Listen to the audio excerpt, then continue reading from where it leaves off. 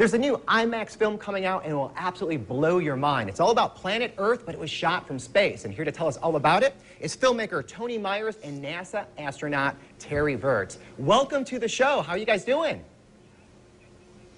Great, thank you. Doing great, and I'll say hi to my dad, Terry, and aunt and uncle, Al and Vicky, who live there in Jacksonville. Oh, great, great. Now, I saw some of the clips from this, and it looks absolutely amazing. How long did this project take? Well, I started talking to NASA about it about 5 years ago, and so that's really how long it takes. From they told me at that time no more film cameras, so by the time we discovered a digital solution, made it work, tested it, and trained the crew, it was 5 years. Now, what were some of the obstacles with this? Because it seems like a huge undertaking to film something from space.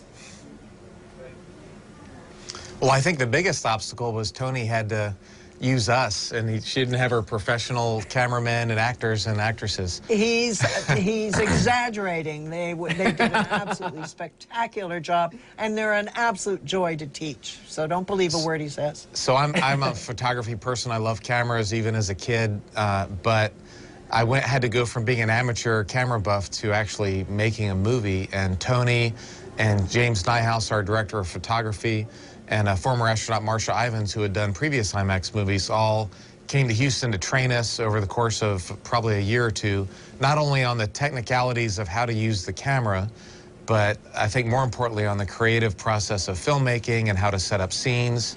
All of the astronaut scenes on the inside of the station were not scripted. We weren't acting. These are not actors. These are real people. And so we had to figure out how to make the scene from a director's point of view. And so Tony and James got a lot of late night or early Sunday morning phone calls from me from space to ask them, hey, what ISO or what exposure should we use, or what do you think about this scene? And it was probably a very unique way to film a Hollywood movie. And I can tell you, the first time I ever got a cell phone call from space, I just about dropped dead of shock. It was fantastic.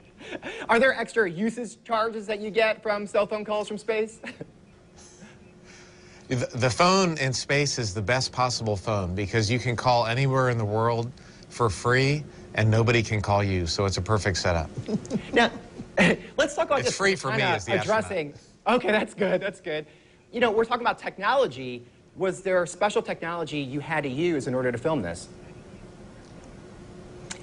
Well, we had a digital still camera that we used to capture frames of Earth, and we had a video camera to capture the life inside the station.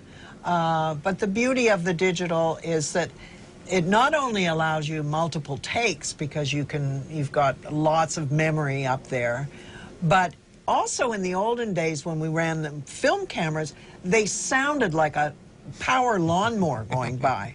So, right. A, it was very hard to capture sound, and B, it was extremely hard for the crews who were in the scenes to pretend, oh, we're just doing our normal thing and there's no camera here, because it sounded like a freight train going through there. So the digital cameras are completely silent, and it just made filming a whole lot easier. Technically, it's difficult. You have to be very careful about focus and the usual, and getting the right exposures. But a whole lot of other things were wonderful.